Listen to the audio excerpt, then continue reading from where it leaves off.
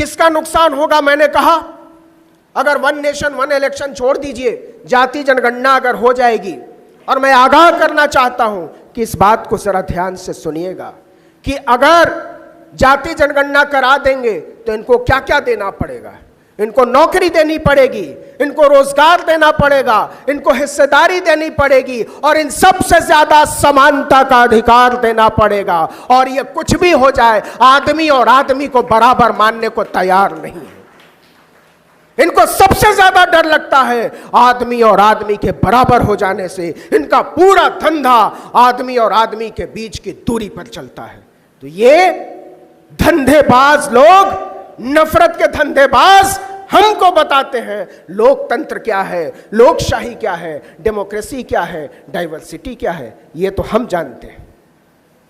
और अगली बात जो मैं कहने जा रहा हूं वो जरा ध्यान से सुनिएगा, क्योंकि एक ऐसी बात है जो पीढ़ियों के मुस्तकबिल से जुड़ा हुआ है, और आप अगर वहां से आगे निकल गए हैं तो आपकी आने वाली नस्लें ये नुकसान झेलेंगी। और वो डर है शिक्षा को खत्म किए जाने का। इस मुल्क में पूरी तैयारी हो चुकी है कि दलितों को, पिछड़ों को, आदिवासियों को, यहां तक कि गरीब सवर्णों को पढ़ने नहीं देना है, क्योंकि जो आदमी पढ़ लिख जाएगा, जो लड़की पढ़ लिख जाएगी, वो आपके लिए लाठी उठाने से इनकार कर देगा। तो इस देश में ड्राइवरों की, दरबानों की, जूठे बर्तन धुलने वालों की कमी ना हो जाए, इसलिए पिछले दरवाजे से शिक्षा का निजीकरण किया जा रहा है। आपको लगता होगा कि इसमें आपका फायदा है, लेकिन मैं बताता हूं, और मैं अपने तजुर्बे से बताता हूं, मेरे अपने पूरे जीवन में 6ठी क्लास से लेकर और पीएचडी तक एक भी रुपया मैंने प्राइवेट संस्थान को नहीं दिया। 1 रुपया नहीं। मैंने किसी प्राइवेट स्कूल से पढ़ाई नहीं की, किसी प्राइवेट कॉलेज, किसी प्राइवेट यूनिवर्सिटी, कहीं से कोई ट्यूशन, कोई कोचिंग, कुछ भी नहीं किया। क्यों? क्योंकि मेरे पिता की हैसियत नहीं थी। फिर भी मैं यहां तक पहुंचा, तो क्या मुझे किसी सरकार ने पहुंचाया? क्या मुझे किसी पूंजीपति ने पहुंचाया? नहीं, मुझे और मेरी तरह के तमाम लोगों को, करोड़ों करोड़ लोगों को यहां तक इस देश के संविधान ने पहुंचाया। मुझे बाबा साहब ने यहां तक पहुंचाया है कि आज मैं आपसे बैठकर बात कर पा रहा हूं। मैं इस लायक हो पाया हूं कि आप दिल्ली से बुलाकर मेरी बात सुन रहे हैं। लेकिन यही अधिकार मेरे बच्चों को, आपके बच्चों को, आपके बच्चों के बच्चों को हासिल रहेगा कि नहीं, मुझे इसमें खतरा नजर आता है। जरा सोचिएगा कि इस देश में 479 राज्यों के विश्वविद्यालय हैं, अलग अलग राज्यों के, जिनको हम स्टेट यूनिवर्सिटी कहते हैं। 56 सेंट्रल यूनिवर्सिटी हैं। लेकिन प्राइवेट यूनिवर्सिटी जानते हैं कितने हैं? 455। 124 डीम्ड यूनिवर्सिटी इसमें से अलग है, उसमें से आधा प्राइवेट। मतलब 500 से ज्यादा यूनिवर्सिटीज इस देश में प्राइवेट खोल दिए गए, जहां कोई पूछने वाला नहीं है कि फीस कितनी लेते हो और रिजर्वेशन देते हो कि नहीं। और पता है 1995 में इस देश में केवल 1 प्राइवेट यूनिवर्सिटी थी। एक से 500% हो गई प्राइवेट यूनिवर्सिटी, और सरकारी यूनिवर्सिटी पहुंची 479 पर 250 से। ये इस देश का भविष्य है। और ये जो सरकारी यूनिवर्सिटी है, जो 58% है, उसमें 73% बच्चे पढ़ते हैं, और जो 23-24% बचता है, उसमें 42% बच्चे पढ़ते हैं। आपको पता है ये नुकसान किसका है? आप नजर उठाकर देखिए कि जो MBA की पढ़ाई हो रही है, जो इंजीनियरिंग की पढ़ाई हो रही है, जो टेक्निकल एजुकेशन हो रहा है, वो सब के सब प्राइवेट यूनिवर्सिटीज पढ़ा रही हैं। और प्राइवेट यूनिवर्सिटीज क्यों पढ़ा रही हैं? क्योंकि इस देश के दलितों, पिछड़ों, आदिवासियों, पसमानदा के बच्चे इंजीनियर ना बन सके, क्योंकि इस देश के गरीब लोगों के बच्चे डॉक्टर ना बन सके, क्योंकि इस देश के पिछड़े, दलितों, आदिवासियों के बच्चे मैनेजर ना बन सके, बड़े अधिकारी ना बन सके। इसलिए उनको एजुकेशन के सिस्टम से ही बाहर कर दो। तो अगर हम बचाना चाहते हैं अपने भविष्य को, अगर हम बचाना चाहते हैं संविधान को, अगर हम बचाना चाहते हैं लोकतंत्र को, तो इसका सबसे आसान और सरल रास्ता है कि अपनी शिक्षा को बचाओ, अपनी शिक्षा को बचाओ। अगर आने वाली नस्लें तुमसे सवाल कर देंगी कि जब इस देश के विश्वविद्यालयों को निजी हाथों में सौंपा जा रहा था, जब इस देश के अस्पतालों को निजी अस्पताल हाथों में सौंपा जा रहा था, जब इस देश की पूरी व्यवस्था को नीलाम किया जा रहा था, तब आप क्या कह रहे थे? अगर आपने लड़ाई लड़ी है तो आप कहेंगे कि हम नागपुर के किसी हॉल में बैठकर इसका विरोध कर रहे थे, और नहीं तो हमारी और आपकी नजरें अपने बच्चों के सामने झुकी हुई होंगी। उस रोज की तैयारी कीजिए। और यह बात बहुत बड़ी है कि अगर हम और आप एजुकेशन के सिस्टम से बाहर कर दिए गए तो हमको किसी जानवर के नाम पर, किसी मंदिर के नाम पर, किसी मस्जिद के नाम पर, किसी गुरुद्वारे के नाम पर, किसी गिरजाघर के नाम पर हमारे बच्चों के हाथों में तलवारें और लाठियां थमा दी जाएंगी, क्योंकि वो ऐसे बेरोजगारों की खोज में। एक बड़ा बुनियादी सवाल आपसे पूछता हूं। जो लोग कहते हैं कि पिछले 1500 साल का हिसाब लेना है, जो लोग कहते हैं कि हर मस्जिद को खोद डालो, जो लोग कहते हैं कि हर इबादतगाह को खोद डालो, मैं कहता हूं खोदना तो जरा और गहरा खोदना, पता चला वहां से बुद्ध के अवशेष निकल रहे हैं। लेकिन वो गहराई में खोदने से डरते हैं, वो ज्यादा गहराई में जाने से डरते हैं, क्योंकि उनको अंत में हमारे और आपके बच्चों के हाथों में तलवारें और लाठियां थमानी। जरा हिसाब देखिए साहब, इस देश के कृषि मंत्री शिवराज सिंह चौहान का बेटा कार्तिकेय पेंसिल्वानिया यूनिवर्सिटी USA से कानून की पढ़ाई करके आता है। राजनाथ सिंह का बेटा लीड्स यूनिवर्सिटी यूनाइटेड किंगडम से पढ़ाई करता है। पीयूष गोयल का बेटा हार्वर्ड यूनिवर्सिटी से पढ़ाई करता है। रविशंकर प्रसाद का बेटा कॉर्नेल यूनिवर्सिटी से पढ़ाई करता है। निर्मला सीतारमण की बेटी अमेरिका की यूनिवर्सिटी से पढ़ाई करती है। प्रकाश जावड़ेकर का बेटा बॉस्टन यूनिवर्सिटी से, एस जयशंकर का बेटा जॉर्ज टाउन यूनिवर्सिटी अमेरिका से, ज्योतिरादित्य सिंधिया का बेटा येल यूनिवर्सिटी से, हरदीप सिंह पुरी की बेटी वार्विक यूनिवर्सिटी से, गजेंद्र सिंह शेखावत की बेटी ऑक्सफोर्ड यूनिवर्सिटी से BA करती है। और हमको और आपको बताया जा रहा है कि हाथों में लाठियां उठाओ, एक कौम को खत्म कर दो, वरना तुम लोग खत्म हो जाओगे। अरे गद्दारों, इस मुल्क को समझाओ कि अपने एजुकेशनल संस्थानों को बचाओ, नहीं तो इस देश का लोकतंत्र खत्म हो जाएगा। तो हम तो लोकतंत्र को बचाएंगे, हम तो अपने एजुकेशन सिस्टम को बचाएंगे। और एक चीज जो बड़े अदब से कहना चाहता हूं कि ये जो लोग अमेरिका और इंग्लैंड से पढ़ाई करके आए हैं, वो क्या करते हैं? यही लोग हमारे बच्चों को कहते हैं कि तुमको पढ़ने की जरूरत नहीं है, तुमको वेद विद्यालयों में जाने की जरूरत है, तुमको धोती पहनने की जरूरत है, तुमको टीका लगाकर किसी मंदिर का घंटा बजाने की जरूरत है, वरना इस देश में तुम जी नहीं पाओगे। तो हमारे बाल बच्चों को भिखारी बना देने की ये जो राजनीति है, इसको समझने की जरूरत है। एक सवाल पूछता हूं आपसे, और जरा ध्यान दीजिएगा। आप खुशकिस्मत हैं, आपके यहां कांवड़ यात्रा नहीं निकलती है। हमारे यहां जब कांवड़ यात्रा निकलती है तो लोग भयभीत हो जाते हैं। यह अजीब धर्म का फलसफा चला है कि लोगों को डराने वाली चीज को वो धर्म कहते हैं। लेकिन एक बात बताइए, ये जो कांवड़ यात्राओं पर हेलीकॉप्टर से फूल बरसाते हैं, कभी उनको कांवड़ में शामिल होते देखा है?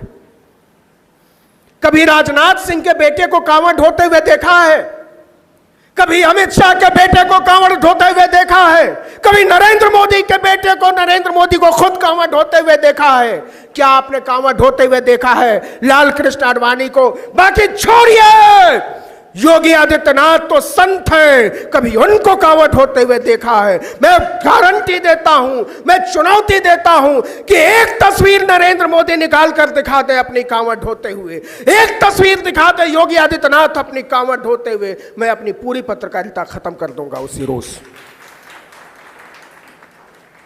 जिन लोगों ने कांवड़ के नाम पर, मंदिर के नाम पर, मस्जिद के नाम पर, गुरुद्वारे के नाम पर, चर्च के नाम पर सिर्फ हमको और आपको लड़ाया है, वो लोग बताते हैं कि यही चीज तुम्हारे लिए ठीक है। जानते हैं वो क्या कहते हैं? धर्म के नाम पर, वो धर्म के नाम पर इस देश के दलितों, पिछड़ों, आदिवासियों को गाली देते हैं। कहते हैं तुम्हारी औकात यही है, तुम्हारी औकात यही है। किसी कांवड़ यात्रा की, किसी झुमटा यात्रा की, किसी चिमटा यात्रा की, किसी ताली यात्रा की, किसी थाली यात्रा की। तो मैं कहना चाहता हूं इस देश के तमाम बाबाओं को, जिनको जेलों से बाहर निकालने वाली हुकूमत हमको लोकतंत्र सिखा रही है, जिनकी हुकूमत गुंडों, मवालियों, बलात्कारियों, हत्यारों के बिना नहीं चल सकती, जो राम रहीम जैसे हत्यारे, लफंगे, गुंडे को आजाद सड़कों पर घूमने के लिए छोड़ देते हैं, जो छोड़ देते हैं बिल्किस बानो के बलात्कारियों को, जो छोड़ देते हैं आसाराम बापू जैसे दरिंदे को, वो कहते हैं कि तुमको अपने घरों में कैद रहना होगा। ये कायर और लिजे लोग, ये डरपोक लोग हमको लोकतंत्र सिखाते हैं, लेकिन ये चलेगा नहीं। ये चलेगा इसलिए नहीं कि हम जानते हैं हमको क्या चाहिए, और इसी बात से ये डर रहे हैं। मैं फिर जातीय जनगणना पर आता हूं। ये बार बार जैसे ही आप संविधान की बात करेंगे, जैसे ही आप भागीदारी की बात करेंगे, वैसे वैसे ये one nation one election type की किसी मूर्खता की बात करेंगे, क्योंकि इनके पास किसी जायज सवाल का कोई जवाब नहीं है। इनसे पूछो स्कूल कहाँ है, बोले अच्छा घंटा बजाओ। इनसे पूछो अस्पताल कहाँ है, बोलेंगे ताली बजाओ। इनसे पूछिए मास्क कहाँ है, कोरोना की दवाई कहाँ है, ये कहते थाली बजाओ, टॉर्च जलाओ। अरे ये देश तुम्हारा बंधक है, क्या चाहते हो कि इस देश के लोग हमेशा ताली, थाली, टॉर्च जलाते, बजाते, बुझाते रहें? नहीं, ये 10 साल में सारा तिलिस्म हवा की तरह उड़ गया है। लेकिन यह बात आगे जाएगी, और मैं बड़ी साफगोई से कहना चाहता हूं, कहीं ऐसा तो नहीं कि दलित, पिछड़े, आदिवासी की लड़ाई करते करते हम एक ऐसे खित्ते में चले जा रहे हैं जहां हमारा दलित, पिछड़ा, आदिवासी होना तो बच जाएगा, लेकिन उसके लिए आपको बहुत सारी मस्जिदों को गिराना पड़ेगा, उसके लिए बहुत सारे लोगों को मारना पड़ेगा। मैं कहना चाहता हूं कि होशियार रहकर अपनी राजनीति चुनने की जरूरत है, और यह जिम्मेदारी इस देश के दलितों, पिछड़ों और आदिवासियों की है। मैं जोर देकर कहना चाहता हूं कि यह जिम्मेदारी इस देश के दलितों, पिछड़ों और आदिवासियों की है कि वो इस देश के मुसलमानों को, सिखों को, ईसाइयों को, बौद्धों को न सिर्फ सुरक्षित रहने दें, बल्कि उनके सुरक्षित होने का उनको यकीन दिलाएं। एक लोकतंत्र में सुरक्षित होना काफी नहीं है, एक लोकतंत्र में सुरक्षित होने का यकीन होना लोकतंत्र को गरिमा देता है, उसको उदार बनाता है, उसको खूबसूरत बनाता है। तो ये बचाने की जिम्मेदारी है, और नहीं तो एजुकेशन सिस्टम से बाहर करके सबके हाथों में तलवार थमा दिया जाएगा। जरा सोच कर देखिए, क्या नरेंद्र मोदी को ओबीसी होने की छूट दी जा सकती है? क्या ओबीसी होने के नाम पर आपको मुसलमानों की गर्दनें उतारने की छूट दी जा सकती है?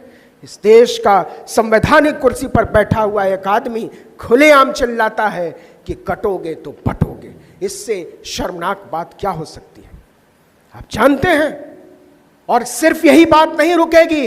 इस देश की संसद में अगस्त के महीने में यह कहा गया कि जिनकी जात का पता नहीं वो जाति जनगणना की बात करते हैं। तो आपको क्या लगता है कि जो बात मुसलमानों पर आएगी, जो बात सिखों ईसाइयों पर आएगी, उस बात से इस देश का दलित, पिछड़ा, आदिवासी अछूता रह जाएगा? संसद में चिल्लाकर कहा गया, सोचिए कि एक सांसद चिल्लाकर कहता है जब कटुए काटे जाएंगे, और दूसरा सांसद चिल्लाकर कहता है कि जिनकी जात का पता नहीं। ये दोनों बातें अलग अलग नहीं है साहब, उसी एक राजनीति का हिस्सा है। इस राजनीति को पहचानो, इस राजनीति को समझो और तय करो कि आपको क्या चुनना है। गले मिलने की राजनीति है एक तरफ, दूसरी तरफ गले उतारने की राजनीति है। आपको रास्ता तय करना पड़ेगा, तीसरा कोई रास्ता नहीं है। गले मिलने की राजनीति और गले उतारने की राजनीति में हमारा रास्ता क्या हो, हमारी आने वाली नस्लों का रास्ता क्या हो, यह तय तो करना पड़ेगा। और नहीं तय करोगे तो सबकी लिस्ट तैयार है। आज नहीं तो कल सबका नंबर आएगा। आज जो लोग इस बात पर चुप हैं कि यह बात मुसलमानों पर है, हम क्यों बोले, तो यहां मुझे ब्रेख्त याद आते हैं। ब्रेख्त जब नाटककार थे, कवि थे, और जब राज चल रहा था हिटलर का, उसने एक कविता लिखी जब सबको मारा जा रहा था, कि सबसे पहले वो मजदूरों के लिए आए, मैंने कुछ नहीं कहा क्योंकि मैं मजदूर नहीं था। फिर वो अध्यापकों के लिए आए, मतलब मारने के लिए आए, मैं तब भी खामोश रहा क्योंकि मैं अध्यापक भी नहीं था। फिर वो वकीलों के लिए आए, मैं तब भी चुप रहा, मैं वकील भी नहीं था। फिर वो कारोबारियों के लिए आए, मैंने कुछ नहीं कहा, मैं कारोबारी नहीं था। फिर वो मेरे लिए आए और तब मेरे लिए बोलने वाला कोई नहीं था। ये लड़ाई बहुत महीन तरीके से लड़ी जा रही है और इस लड़ाई को समझना पड़ेगा। पाकिस्तान के एक वैज्ञानिक हैं परवेज होतबॉय, परवेज साहब कहते हैं वो पाकिस्तानी व्यवस्था से बड़े नाराज रहते हैं, लेकिन पिछले दिनों उनका एक बयान आया और कहा, मुझे हैरानी है भारत भी हमारे ही रास्ते पर जाने लगा है। ये बात सुनने में जितनी खराब लगती है, उससे ज्यादा डरावनी लगती है कि आज बाकी छोड़िए, भारतीय जनता पार्टी की सांसद कंगना रनौत ने कहा कि बांग्लादेश बना दिया जाएगा। ये क्या हवा में बातें हो रही हैं? एक लफंगा जिसका नाम है यति नरसिम्हानंद, वो अजीब अजीब किस्म की बातें करता है एक खास कौम को लेकर, और वो छुट्टा घूमता है। और इसी देश की जेलों में तमाम लड़के लड़कियां, तमाम बुद्धिजीवी, तमाम प्रोफेसर, तमाम कार्यकर्ता पड़े हुए हैं साल दर साल से। आप बताइए साहब, क्या कसूर था कफील खान का? आप बताइए साहब, क्या कसूर प्रोफेसर आनंद तेलतुंबड़े का? आप बताइए क्या कसूर सुधा भारद्वाज का? क्या कसूर तीस्ता सितलवाड़ का? आप बताइए। बाकी छोड़िए, फादर स्टेन स्वामी, 82 साल का एक आदमी जो अपने से पानी नहीं पी सकता था, पाइप की जरूरत पड़ती थी, उस आदमी को आपने